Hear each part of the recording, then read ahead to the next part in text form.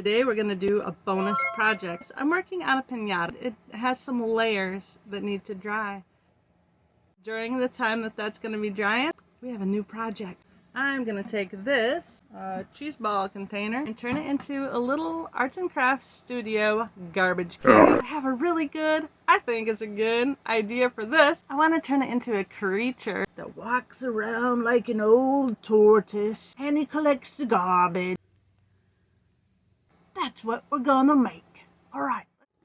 I want to make a wire frame for the leg. I'm just gonna build the creature. It's not gonna be a tortoise. It's gonna be tortoise-like, but also I was thinking maybe snail-like. So it's gonna be its own creation, its own creature. It's something that evolved out of society's needs. It is galvanized electric fence wire, and it's very heavy duty. If you get one of these, don't pick it up by this top ring. It will turn into a spring and it will explode. You don't want to explode. Be careful with this stuff. It'll unwind on you. It will come undone. Honey, it'll come undone. This is strong wire, but you can do this by hand. This is galvanized. What I recommend, wash your hands when you're done goofing around with kind of gross. Just wash your hands when you're done playing with it. I'm saying all this bad stuff about this wire, but this wire is inexpensive. And we found this at the Tractor King. I don't know what that store is called. Big Tractor. No, there's better ways to do this if you want to do it one of them ways. By all means, feel free. I kind of made a little loop right here. Not on purpose, it's just that way. If you're making something weird like this, I don't know. I don't know what you're doing. It's just that easy. Dollar General, got the tape back. You know, for a long time it was hard to find tape at Dollar General. Take a strip. Next, you know what I like to do next? Rip it down the middle. I don't want my tortoise guy very tall. Now make your wire for your legs a little longer than you need it. That way you can attach it to the frame. Safety guide. Center of the wire. And just give it a little bendy. I love projects like this. I love art and function. I'm just gonna make the base, goes right here, out of aluminum foil, and just start smushing it in here.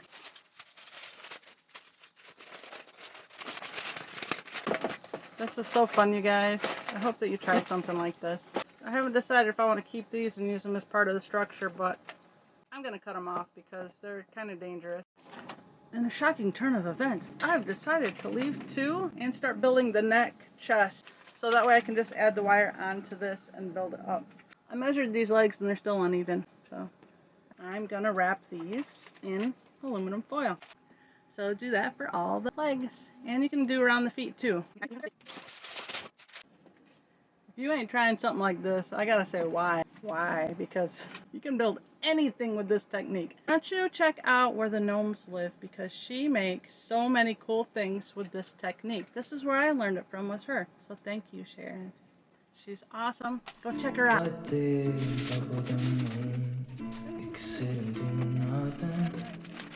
I wish we were bold to just fly away. I don't wanna care. I'm gonna make the legs attached to this, and it's gonna come up to about right here. That way I can take this out, but it's also gonna look like it's just one piece. So I want to do that with, guess what? This stuff. I'm gonna get two pieces like this, crisscross. Everybody, touch your hands. Everybody, touch your hands. So I got two pieces that are each doubled. I'm going to take the bottom of this and start forming this over it. See? That's easy, right? Shoot, man. Not only is that easy, that's fun. I might have a weird idea what fun is. Look, Mom made a hat. You like that? Put my bucket back in there. Bring in the reinforcements. Wow. Okay, so now I have that second piece added on. And I'm gonna form this a little more because I want this to look, when I'm finished, this is gonna look organic. Like the creature. This is part of his shell. This is going to go on this. Cover the entire thing in masking tape. Just really need it in the middle. Yes. Pop it on there. Don't squish it all the way. Fit it in that spot right there. And that will attach them. Just add some tape over it. While I still could, I positioned the legs to give it a little bit of a more dynamic pose. Oh, I'm going to add a tail. I want him to have a tail.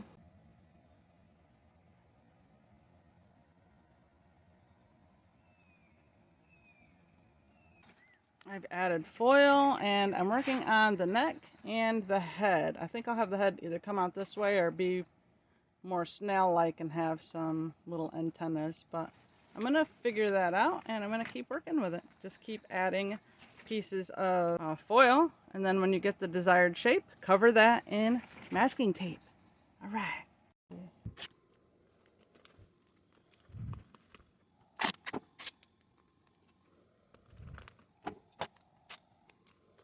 Tortoise snail. Well, it ain't gonna look like a llama when I'm done. Snortoise. It's a Snortoise. I used an entire roll of tape. And I need to go get more tape. I gotta stop the creating. And believe me, the creating is so fun. So I'm gonna stop. I'm gonna go get some more tape and I'll be back. Look what I got. I got 2. That's it. I'm on my way. Let's get back to work. Come on. Mixing up some glue and water for our paper mache. Ooh, look at that. Isn't that beautiful? I mix up quite a lot because I use it and I don't like to run out when I'm in the middle of a project. But also because I can put the lid on this when I'm finished and it keeps it until I come back. What I'm going to do is when you get your glue in, you just need some water. You don't need a lot, but you just want to thin it down a little bit. And that is going to be perfect right there. You can put your lid on. Give it a shake. Make sure your lid's on. There we go. All set. I'm going to get my gloves on and I'm going to get back to work. You get a good result. Like, I'm trying to make this look like tree bark anyway, so that's fine for what I'm doing. And the details on my piñata around the eyes and around the mouth area, I'm going to also use paper towels because it forms around this sculptural aspect a lot better than the construction paper. And it gives a nice detail, so it almost looks like a bark. When it's all dry, you can paint it up to look kind of like a tree, which is what I'm going for here. I got these cabuchons from Hobby Lobby a while back, and this is what I'm going to be using for our Snortoise's eyes. I'm painting 3 eyes for our Snortoise, and I'm starting with little tree silhouettes on the eyes, and then I'm adding green at the top for the leaves, and blues and purples I'm dabbling on different colors to make my eyes. As you can see, I've been working on his face with this Model Magic and just this tool. Mostly the end of the tool. And now I really want to add the eyes so I can add his eyelid. The eyes I made turned out like this. I wanted them to look like little trees. And I kind of got that. Place them into position. And I'm just going to put a little tape on the eye to hold it into place there. I don't want it moving on me. His eyes are all taped into place now. Can't wait to see.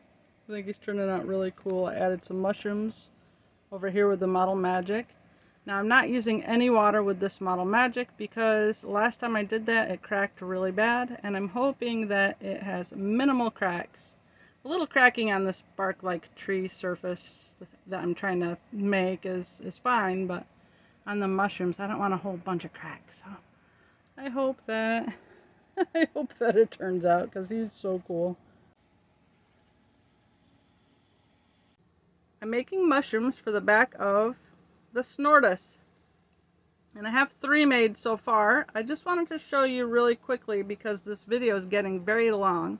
And I really just want to show you everything. But it's just going to be impossible with this project. Because this will be wicked long and most people only watch like 3 minutes anyway. I'm forming these out of aluminum foil. And I'm topping them with Model Magic.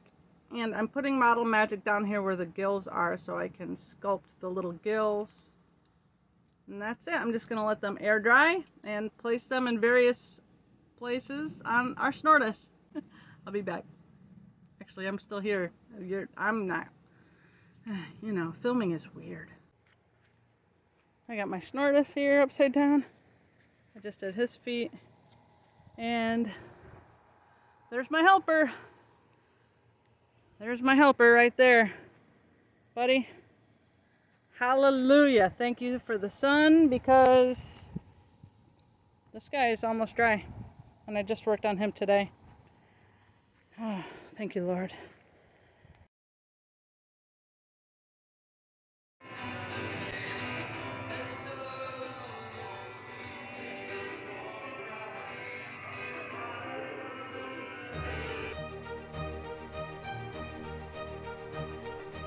I am painting my Snortoise. I'm using raw umber. I'm just using a small paintbrush because I'm taking my time and just getting in all these little cracks and all this detail.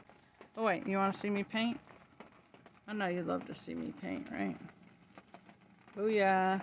There's me painting. It's so exciting!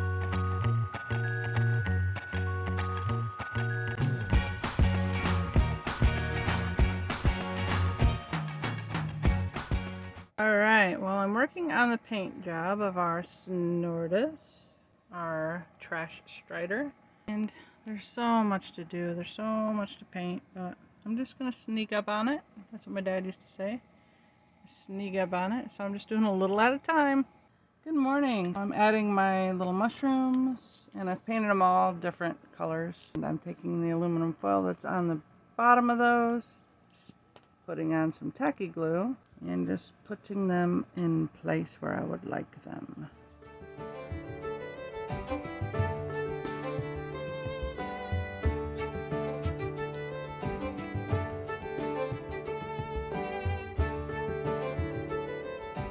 I'm gonna keep adding mushrooms.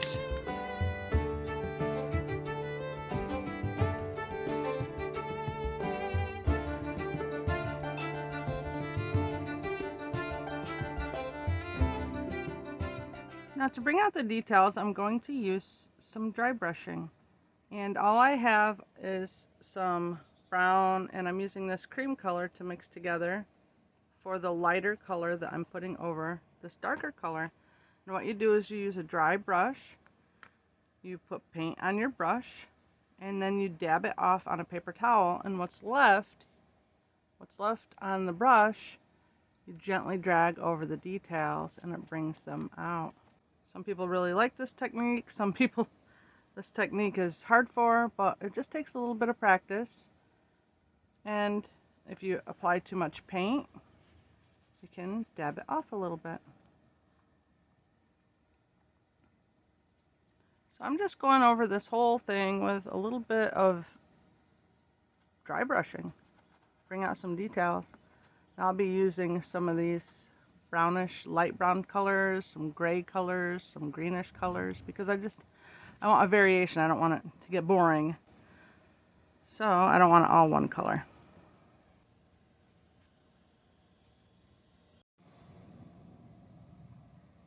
Okay, just hold it up. It'll start sparkling. Yeah. Whoa! That's awesome! That's cool! Wave it around! Woo! Oh, this is scary. Oh, yeah, that's cool! Oh, honey.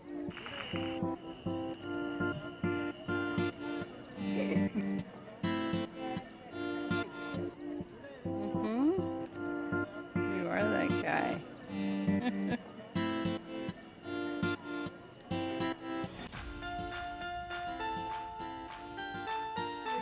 Now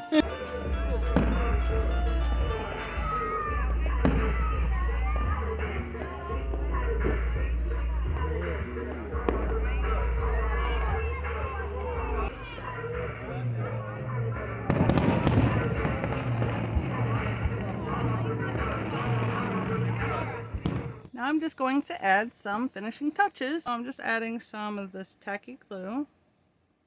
And I have my sheet moss here that I got from, oh, I don't know. I don't know where I got this, but I've had it for ages and I use it all the time. I still have tons and tons of it.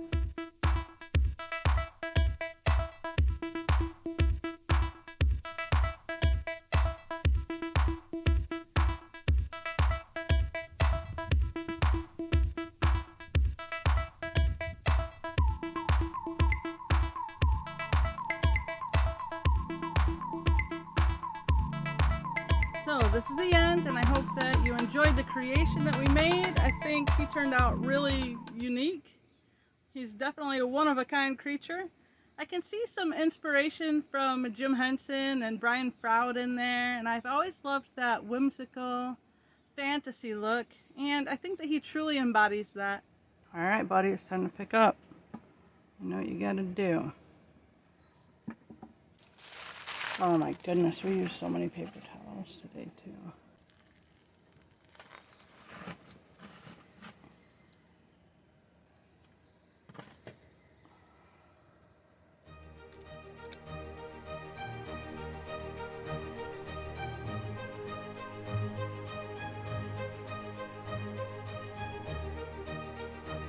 I hope that you are inspired to make your own one-of-a-kind creation, something unique, something different, and no one's ever seen anything like it before. Alright, see you next week. Bye-bye.